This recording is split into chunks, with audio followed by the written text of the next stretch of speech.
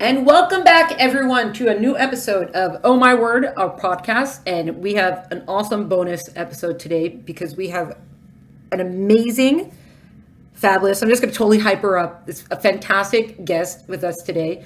Her name is Kelly. And Kelly's a librarian, but she's not only a librarian. And even saying that is just so, it's just so small because saying someone's a librarian is like saying she's Superman, but she's not only Superman. So I just want to make sure that everything's in context. So, hi, Kelly. Welcome. Welcome to our program. Thank you. Thank you for having me. I appreciate it. Yeah, well, thank you. So, why don't you tell us, please, in a line or two, like how you became a librarian and what sort, if you needed to have a certain kind of background to become a librarian? Well, it certainly helps, especially these days, having at least having some education in it. It's actually really difficult to get a job in the library field. I got extremely lucky. My mother used to work for the Salvation Army College. They actually have a college. It's a very Right, yeah. small one up in Palos Verdes, California, and it's a school. They go there and they learn how to go out in the world and help the world. And I was working with the kids there because they actually live on campus, and I was caring for the kids. And there's an opening in the library for full time, and I needed full time. So I applied, and I knew the librarian, and she took a chance on me, and she hired me. And yeah, I didn't know anything, but she took me under her wing. She taught me everything, and it was awesome. And then I started to go to school for it. And then 5 years later, I got the job working at a junior high, and I've been there ever since. Yeah. So yeah, I'm so glad I had that experience, that one-on-one experience. I'm so glad I went to school for it because it's a lot more than people think. It's not just checking in and out books. There's so much more. Well, what's an example of something that you'd actually have to learn? You have to learn how to catalog books correctly. You need to be able to, go look at the book, understand how to put it into what's called a MARC record, M-A-R-C, MARC record, into the system in order for everything to work out, for the kids to be able to find what they're looking for. It's code. It's a library code. You have to learn it. You have to know it in order to get books out. So that's one of the biggest things you have to learn. I also had to learn a lot about copyright code, which I don't really use on a daily basis. I'd like to point out when the teachers are breaking it, like, you shouldn't be copying that, okay. Right, right. Because I think a lot of people they take advantage. They say, "Look, well, I got the book. It's in front of me, and now it's just like they don't think that there's a next step. That it's a protect. There's there's supposed to be like a shield around the book now. It's protected. Yeah, legally, you're at 10% at tops is what you're allowed to copy. Even getting to 10%, you're getting into shaky ground. So you've got to be super careful. Most people are okay with full, fudging it here and there for educational purposes, but you got to be careful. Right, right. So on a regular basis, especially when school would be in session, what's something that the kids come for library time. So now you got the kids. What do you got to do now? It honestly depends on the class. I actually run the busiest library in my district, mainly because I have a really good relationship with the English department. Oh. They bring their kids in every 2 weeks. We schedule it at the very beginning of the year. Every 2 weeks, on the nose, they come in, and it's awesome. Yeah. So, so some teachers are what I call thematic. So they say, okay, this time we want realistic fiction books. And so what I do, right now, currently, I actually just did it where I genrefied my library. But prior to that, before I put everything in genres, like a bookstore, right, I would have to go pull all those books, set them on the tables, and then have the kids check them out. So I got about 3 or 4 classes that do thematic, and sometimes it's easy like that, like, here's the realistic fiction section, go to it. Right. Other times it's a little trickier, like African American experience or authors. I don't have a section for that. So right. I have to go pull those books. So sometimes it gets tricky, but that I actually really enjoy that. The other times it's just, the classes come in, they get 15 minutes, check out whatever they want, and then I feel like I'm running back and forth between, hey, do you know where this is? Running and helping them find it. running back to the front, checking out the books Yeah. with people in line. I do get TAs, teachers assistants, for a couple periods. So when I have those, I have them doing the checkout so I can be helping kids find what they're looking for. So that's generally what happens on a daily basis. And I usually have classes coming in every single day, sometimes 2 classes per period. I'm actually curious now that like if we talking about how you have to go and pull books, like how many, I don't, how familiar are you with the books in your library as far as having read them, or that you know the summary of them, or that you see the books that are coming in, so you kind of recognize them? I don't know if there's a requirement for that either. You have to read X% of your library. I'm doing my best. And like I said, I've been there. This is going on my 5th year. I've been doing my best to read my library as much as possible. It helps that I have an hour-long commute, and I love audiobooks. Yeah. So that helps. I can generally get through a book in a week. Oh. So I've read, I'd say a good 10% of my library. I do try to diversify. You know, I love horror. I love, fantasy. But I do stretch it out to do romance and mystery and other subjects, even if they're not my favorite go-tos, just so that I can have a recommendation in my head the second the kids ask me for books, and they do ask for recommendations. Other than that, book trailers. I love book trailers. I put them in my library system so the kids can watch the book trailers, as well as summaries and reviews. When I'm doing my ordering, my yearly ordering, I try to go for things that have really good reviews, star reviews, things like that. So I read the reviews and I make sure it matches up to what I need. Right. Like, for example, if I know when I first came in there, one of the themes that they had was Holocaust and World War II. Right. But I didn't have a whole lot. And she definitely wanted, and the teacher wanted books 150 pages or more. Right. So I've been slowly building that. So if I see like a Holocaust book that has a great review that's over 150 pages, score. Right. Right.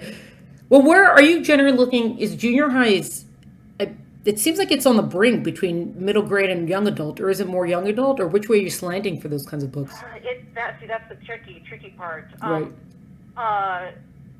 According to our policy, I'm not allowed to order anything that's meant for 9th grade and above. I'm allowed to order anything for 8th grade and below. They make exceptions if if they say, hey, you know what, this has got a really great review, the kids have been asking for it. Right. Like that. There's a good example for that, The Martian. The kids wanted to read The Martian. Oh, wow. 9th through 12th grade because of the language. So I vied for it, and I ordered it, and I was able to get it. But, another example is Stephen King. I'm not allowed to order any Stephen King, and they won't budge. They won't budge on that. But, but it's also the fact that we have a huge range of readers. We have a lot of students that are English as a second language that have a second and below reading level. Oh, well. So I actually have picture books. I have books in Spanish. I have audiobooks. I have an entire section which I call quick reads that are of high, what we call high-low, high interest, low level. Right. So I try. The best thing you can do is just try to blanket everybody as much as you can. Right. But it's tough. Well, what about, did graphic novels for English as a second language, or that's still, the language in it is still, because it's not a matter of how short it is, it's the specific language that's being used? I should have said that, but yes. Oh, you do? Okay. I think of graphic novels as gateway books, and I've called them that. I actually did a whole blog on it where, I've been trying to encourage them, because the vast majority of the time, kids will go from a graphic novel to a book. And actually, one of my favorite things to do in the whole world to do is I have those students that do nothing but graphic novels, are afraid to go for anything bigger, or anything longer, or anything without pictures.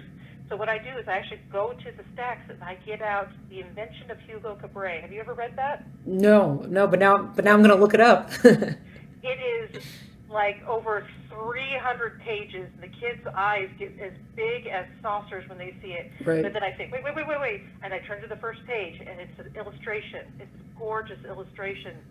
And then the next page is another one, getting closer to a railway station in Paris. And the next page is another picture, getting closer and closer and closer. And this goes on for like 10 pages. Vast majority of this book are the gorgeous illustrations, Wow. text, and they get into it. They're like, oh, okay, and so they check it out to them, and they end up reading it, they end up loving it, and when they bring it back, I said, huh, you just read the longest book in the library. Wow, that's great. And it is one of my favorite things to do, is because they don't realize that it doesn't matter the size or the length of the book. You are going to read a short book the same way you read a long book, one page at a time. Right, yeah, that's true. Well, do you see overall, especially considering technology and with everything that's going on, there's so much on streaming devices. Do you feel like when the kids come in, they're actually open to reading, or are you getting, or is it you have your readers and your non-readers, and that's just the way it is? It's mostly readers and non-readers. But one of the things that I love, the reason why we have this relationship with the English department, is they have to read. They have Right. to read as part of their daily. So they come in, and I try to get I'm very fortunate that I have a nice budget every year, and I have, my collection is newer. I've been weeding out old stuff, getting in new stuff that they find interesting. Right. So that's helping as much as the teachers are like, okay, you have to read. 10 points if you're great this week is just having a book. So Oh, wow, like, yeah. okay, fine, I'll get a book. Yeah. And that we have witnessed it. We've seen it in the star reading scores. Because of this relationship, their reading scores go up. And the hope is by the time that they leave, they are either better, at least better readers, if not voracious ones. Right. That's the hope. Well, that's fantastic. There's nothing, if you got the English, you and the English department are working together. That's the best. It sounds like the best of all possible situations. So Right. awesome. And then also, you were speaking about how you look up reviews a lot for the books that you haven't gotten a chance to really look into yet. Where do you look for those reviews? The site that I ordered books from, we go through Follett and we go through Mackin, which is our two library vendors. Right. And they have the reviews. Other than that, School Library Journal is one of my favorite go-tos because they're really, really good.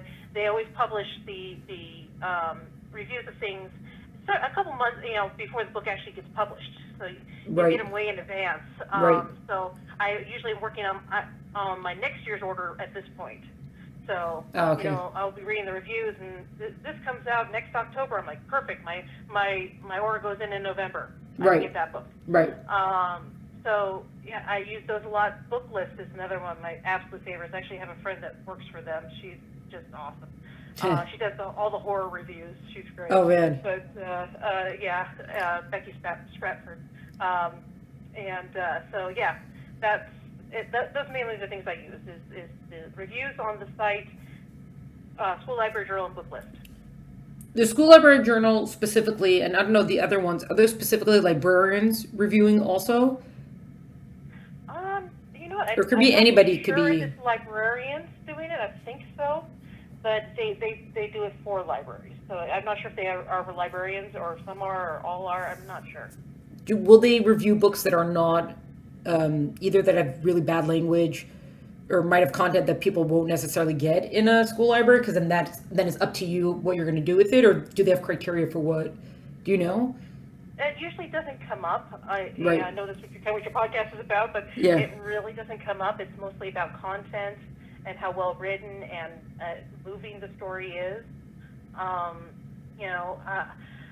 Me personally, I don't judge books on language. Right. That's what the reading level tells me. If the reading level is high school and above, that tells me that there's either sex or language in it or both. Right, that it's going to be more mature and yeah. So, Well- unfortunately, the rule of it is what it is. And Yeah. The world is what it is. Yeah. But a book in my library can have violence on every single page, but no sex. To me, that's a little backwards, but that's just how things are. Yeah, because like violence is not. I don't understand that either. Like if one's going to affect, the other's going to affect. So you have to decide it either affects or doesn't affect. Right. And there's been times when I've gotten books into my library, read them, and said, "Oh, this shouldn't have been in my library," and then I sent it up to one of the high schools. Right. Yeah, it's happened like once or twice. Where usually, it's actually both of them have been graphic novels, where I thought that they were going to be fine, and then I flip the page and I see boobs, and I'm like, oh, Yeah. nope, that goes into high school. That goes out. Man. And usually, unfortunately, both those times it wasn't like a sexual thing. It was almost like a health thing, Right. or a self-identification thing. Where but I'm like, I know boys. Yeah, yeah. Well, that is a good point. That is true. I mean, the kids. It's not a matter of what you're going to. There's what you're going to expose junior high students to, and there's also the way high school students, the junior high school students, can actually handle that information. So there is both. Yeah, there are both elements. I mean, prime example is I'll get boys that come in and then they go to like the medical section in the 600s and they get the book on reproduction and they sit around in a big group and read it aloud to each other and laugh and then I laugh because I'm like, you're reading. Yeah. You're reading aloud. We'll do whatever it takes. I don't care. And you're like, we hope you learned something too. So there. Or there's some kids that will check out the Bible as a joke, and I'm like, okay. Well, do they have to? Are you expecting a reaction? Right. Read. I don't care. Do they need is in tandem with the English department? Do they actually have to write some sort of report on whatever book they're checking out? It depends on the English class. Okay. The lower levels, generally not. Right. Usually they'll just be like, okay, who is the main character? What's the setting? Things like that. Right. We had an English teacher who retired. She used to have them, their quote-unquote book review was actually a review that I would put on my library site. Oh. They would do it through the library system, and they would do reviews on the books. So it was total win-win. I loved it because not only did the kids read the books and do the reports, but and they loved it that the reviews got on the site. Yeah. But now my site has reviews, so it's like an Amazon review, like getting class to give you Amazon reviews. Right. Right. Go crazy for that. Yeah, well, and it's also coming from kids, so that's the market giving it to you. It's not just an adult read it and decided whatever they decided about it. It's the actual audience that's reading that. That's great. Do you follow what is it, the Lexile number system for the reading levels? Yeah, several of our classes do that, especially the ESL classes. It gives them a good starting point. Okay, you're at a 2.6, so. And by the time you graduate, hey, you made it to a 4.3. Good job. Right. I'm not exactly sure how it all works because I've never taken a test, but right. I do make sure that my books have, or if they have them available, have the Lexile level inside the book, so that the kids can open it up. Me personally, I don't 100% agree with that because I'm of the type to believe that if you're interested in it and you want to read it, even if it's above your level, read it. Yeah. You're going to try, you're going to learn, at least you're going to be excited about it. Right. I'd rather you take a book you're going to be excited about trying to read than a book you're not interested in at all. Yeah. Well, I don't want to speak for every reader, but I would assume that, like myself, almost every reader has that book that when they were younger that was really not their level and they read it, and that was probably like the proudest moment when you actually read something that was above your level and you finished it. And, I don't know how much you could really appreciate it when it's above your level, but you think you got it. And I remember doing that. So I guess when you have a number level, then you're kind of just coasting instead of trying to push yourself more. Right. Well, the best teachers will do, okay, this is outside your level, you want to still try. The bad teachers will be like, no, that's not your level, don't read that. Oh, yeah, that's not good. So if the teacher's like, okay, this is outside your level, do you still want to try it? And the kid's like, yeah. Okay, that's me as the teacher doing their job. Right. And then you can have that moment. Like, yeah. I just read a book. Yeah. 4.3. Yeah. Good job. Yeah. Yeah. Because also, a lot of them also depends on the book. Even if it's going to have, some books are just easier to read than others also. It doesn't matter what the number is. It's just fact. It's just the way it is. Right. So now I had warned you from the beginning that I wanted to ask you if you have any pet peeves from the publishing industry that if you're like, why do they always do X, or why can they never figure out X? So what's something you offer that? I guess my biggest pet peeve is, and like I said, I work in YA, so a lot of series. Yeah. For whatever reason, they don't put the series number on the side of the book. It drives me batty. And sometimes I'm like, the kid will come up to me and like, what number of the series is this? And I'm flipping through and there's nothing to tell me. So I'll have to go onto a site and look it up. Recently, like I said, when I genrefied the library, Right. I had to relabel all the books anyway. So I went ahead and put the book number. I looked them up. Oh, good. I put the book number on the call number, the little sticker on the side. Yeah. But oh gosh, it was frustrating for years. Why don't they do that? I don't understand. Yeah, I don't know. And sometimes the only way I can figure it out is if I'll go and I'll actually look at the God, I forgot, I'm blanking now on it, but the look of the page where it has the copyright date on it, and I'm like, okay, this one was published in 2017, this was 2018, and now I know the order of it. It's like, why am I doing that to figure out the order of a series? It's so silly. Goodreads is my go-to. When I genrefied the library, I looked it up in Goodreads, and they're like, okay, this is book 3 of this series. I'm like, thank you. Sometimes, like, for example, Aaron Hunter's The Warrior series, there's different series. But thankfully, all of her books are numbered on the side. Yeah. But, I don't know if this one goes with The Shadow of the Moon, or does this one go with Fortress of the Night? Yeah. Jeez. You know what actually drives me crazy? Now I'm just going to share my pet peeve. When they change the covers mid-series. So I know sometimes they're trying to do the repackaging, but if I already have 1 or 2 books and then you change the cover on me, my library doesn't match now. I'm done with the series now. Did you ever watch the show Monk? No, I know of it, but I didn't watch it. No. You know that he was a very OCD. Right. Okay. They did that on his VHS tapes back when we had VHS tapes, when they released them on VHS. Right. Like 5 of them all had his picture perfectly on the bottom, right. and then the 6th one was on the top of the side of the. Was that on purpose? I'm like, did you watch the show? Right. Yeah, I get that. Yeah. It's just well. So now on the flip side of that, what's something that you love that when you see a book that has something or something the publishing industry does, and you're like, yes, thank you, you got it. I love when they fund the book trailer.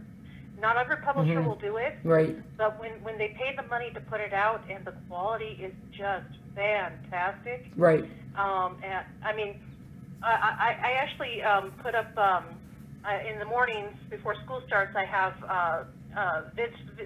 videos showing. I created my own list on YouTube, and I just play fun videos.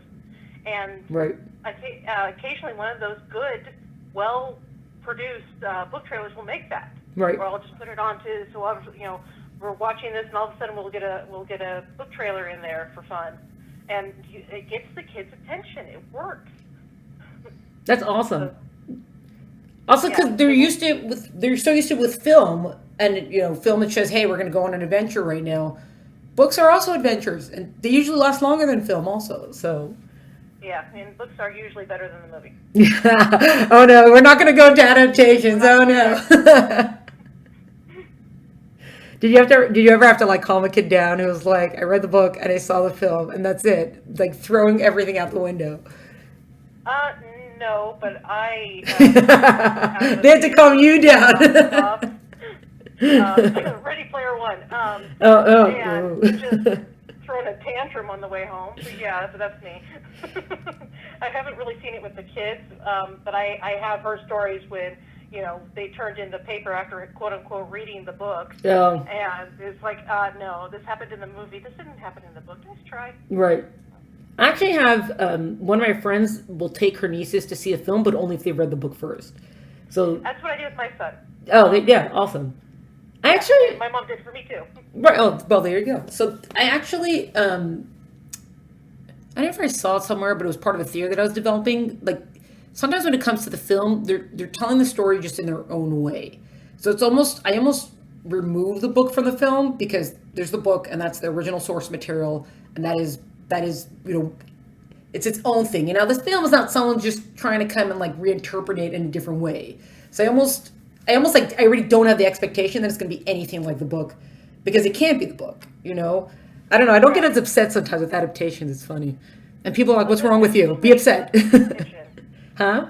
For movies, there's just so many cooks in the kitchen. Yeah, that's true too. Yeah. Cornelia Funke actually attributed it to pushing a virgin into the volcano. You hope it'll make everything better, but once you've pushed her, there's nothing you can do about it. That's great. Well, Oh, she's an awesome speaker. yeah. Well, your general idea is also that hopefully, if they do make a film, no matter how good or not good it is, if it will bring somebody to the book, then we've won. As a general idea. Very true. Very true. And a lot of people bitch about them too. But I'm like, if it was my book and they trashed it, but then I had over 100 million in sales. Right. Right. That's hard to say. Right. Exactly. Well, I actually just thought about this right now. I know I know you're a friend of Brandon Sanderson, or I think you are. Oh, yeah. Pretty right. I'm not a friend, I'm a fan. No, fan. That you're a fan, yeah. Oh, okay, I would love to be his friend. Yeah, seriously. I think there's a reason why they don't give specific locations of where authors live, because then if not, we'd all just be camping outside their house, Mm-hmm. Alcatraz and the Evil Librarians. I recently picked it up because I was looking at his YA stuff. You read Alcatraz and the Evil Librarians? No, I haven't read that one. Oh, it is. Yeah, that's my list. Yeah, so it's also, I think because it's a little bit, I don't know when it came out, but it's, quote unquote older than a lot of the stuff he's coming out with now. And he has, we are very grateful that he has a lot of stuff so that you can always be reading him. But he has, Gotcha. It's a series, I only read the first book in the series, but he basically turns everything upside down about how librarians are these evil people who are trying to get you to read stuff of value. And they want you to read stuff that's going to make you cry and things of quality. So instead, Alcatraz and all of his people are named after prisons because prisons were in bad places. They just, Alcatraz wasn't a prison. They just said it was a prison so nobody would want it. It's just the way only he can turn everything upside down. I feel like it's something librarians should read. It's really, I mean, you have to appreciate it, but it's great. Yeah, it's fun, and it's just librarians pretend like they're innocent with their glasses and their hair up in the bun, but they're not. They're evil.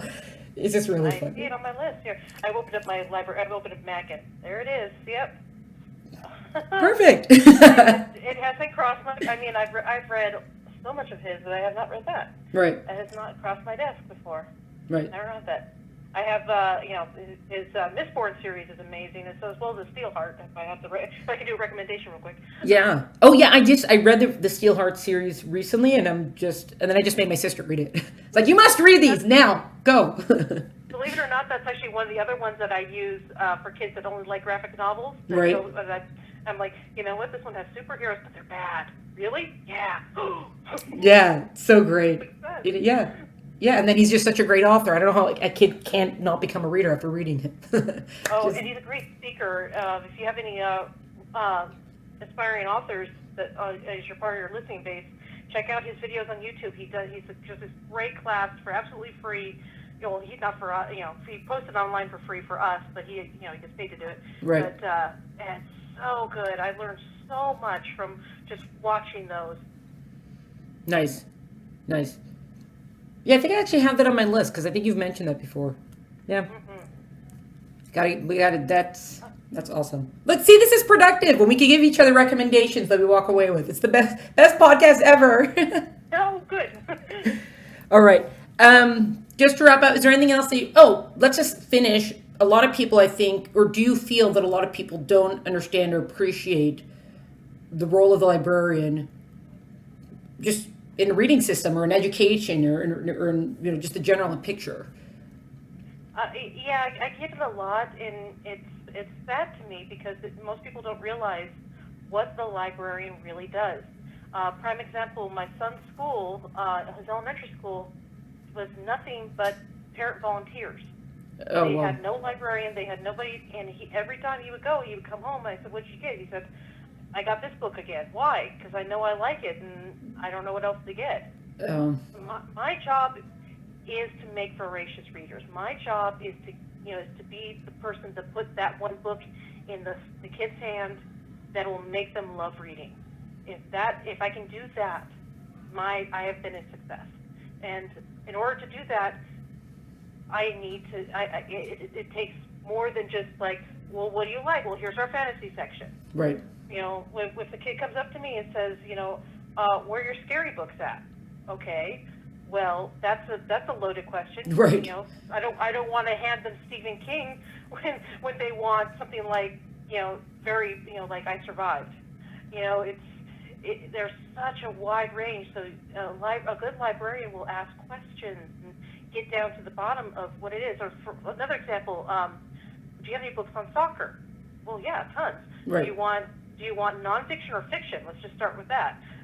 Right. Do you want stories about soccer, or do you want books about the sport? Do you want to learn how to play, or do you want to read about a pro? There's so much nuance to it that you really need somebody there that knows the collection, knows how to ask the questions, and knows how to get the book to the kid. Right. So that's mainly what it is in a nutshell. It's being able to do that for them. It's also the ability to catalog the books correctly, so that when you know the perfect title, you know where to find it, or you know how to send somebody else to find it. Right. You know, sometimes I'll send my TA and say, "Oh, can you go get this book?" And I shout out the call number, and I have her go get it. Right.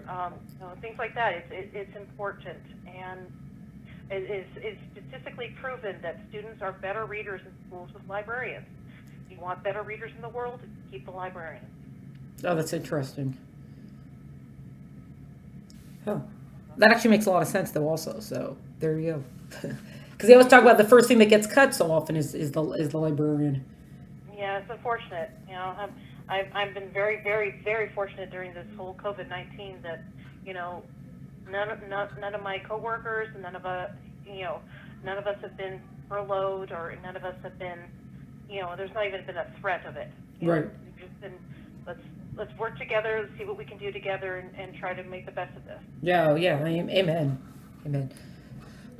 Okay. Awesome. Very good. Any last message you want to leave us with before we sign out?